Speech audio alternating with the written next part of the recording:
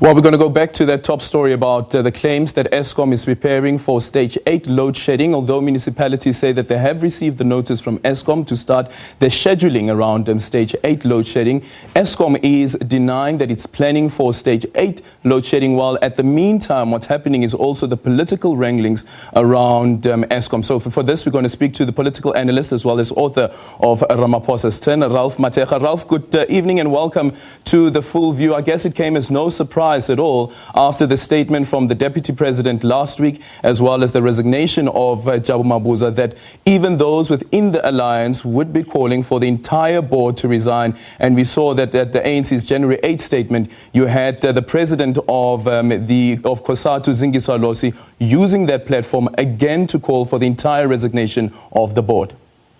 Good evening to your viewers as well. I think indeed that's a correct reading there. We are seeing the situation escalating at Eskom. Two problems that I think are coming out. The first thing is that we are seeing a gridlock when it comes to a shift towards implementing much spoken about the reforms at Eskom to save it, to bring it on footing. But also now we are even seeing the squabble over the management of Eskom, as the Deputy President Mabuza is saying the management has failed, and the President is trying to support the management and try to hold on to his minister, the Minister of Public Enterprises, Pravin Gordhan.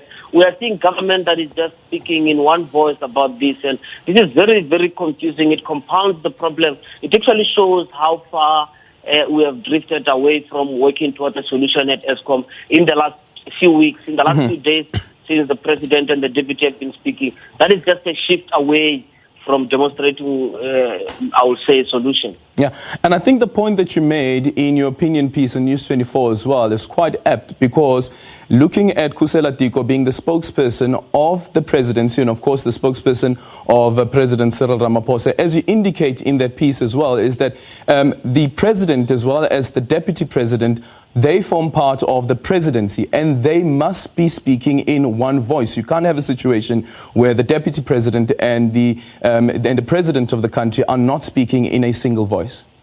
Exactly. I mean, when we talk about the presidency, we include the office of the president, we include that of the deputy president. Actually, in terms of our tradition in South Africa, practice, it's not written anywhere, but we find that the powers that are often exercised by the deputy president are usually conferred, are delegated by the president. So you cannot have a situation where the deputy president speaks, there is a consequence, and the president goes out and tries to manage the crisis in terms of the fallout. That is what President Ramaphosa's office has been doing, to manage the fallout on this, while the deputy president's office is showing that when it speaks, there are consequences as the borders collapse. Well, certainly from the remarks from the deputy president, it's quite clear that he doesn't have confidence, I believe, in the public enterprises minister as well as the board, that the board has misled the president. But then on top of this, Ralph, is the decision that the deputy president will be leading the Eskom war room. And I wonder whether the deputy president would be able to work with the current public enterprises minister. I mean, I'll even take it further. This is really a crisis. I mean, the deputy president has expressed that he doesn't want that board, and that board is gone. And anyone who's remaining there should understand that once the chair of the board concedes to what is being said and leave on that, it means that the entire board does not have that credibility. So it cannot work with that board. There is another crisis. Of course, maybe politically one can say that they can bury their differences between Pravin Gordhan and the deputy president. But what about the CEO who has been appointed by the board that the deputy president actually said has got no confidence? So where does the CEO, the new COO, sit? I mean, if that board has been making mistakes, that mistake might entail also having appointed that CEO. It's quite unclear, and I think every day one realizes how much of this is escalating into a crisis.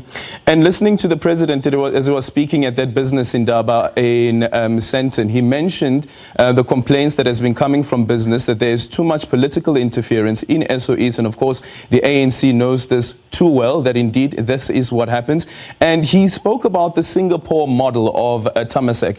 And I wonder whether it's possible to have a holding company of all SOEs, considering how powerful politics play, the powerful role that politics play in the country. And when Singapore, you have a Temasek that controls all the SOEs and there's no interference from politicians. You know what, to be honest with you, there are many ways in which one can structure Eskom in a way that involves the private sectors or in a way that prohibits direct political, I would say, interference. I mean, one can bring the private sector to lease the shares and so forth. There are many instruments that can be designed out of this. But I'll tell you, the buck stops with the politics because the ANC is not clear as to how it wants to manage state-owned entities. Are the state-owned entities still of strategic interest to the ANC, and does that mean that the government has to own them? So it's not just a management issue here. It is a question of the ANC not having a clear position or any clear strategic position on how to proceed with state-owned entities. We know we are concerned about corruption, but that doesn't mean they've got a clarity as to how to restructure or maybe rethink about ownership model for these entities. Just quickly, Ralph, how do you see the political battle play out at the ANC's next Lekgotla as well as the government Lekgotla? Do you think that there will be a push for the president to get rid of the public enterprises minister, and even some are arguing move Eskom to the energy ministry? Unfortunately, the ANC is so divided because under normal circumstances, when COSATU and other groups are pushing for removal of their minister, that's when you rally as the ANC. I mean, if they win and Pravin is gone, who's next then? I mean, that will mean that they will have overrun President Ramaphosa's presidency. So I see this thing going into the policy, into the NGC. I see this thing being part of gauging the political mood, the policy, and I see this thing possibly going into the succession of the ANC. Thank you so much, Ralph Mathekga, the political analyst as well as author of Ramaphosa's 10th episode. Over to you.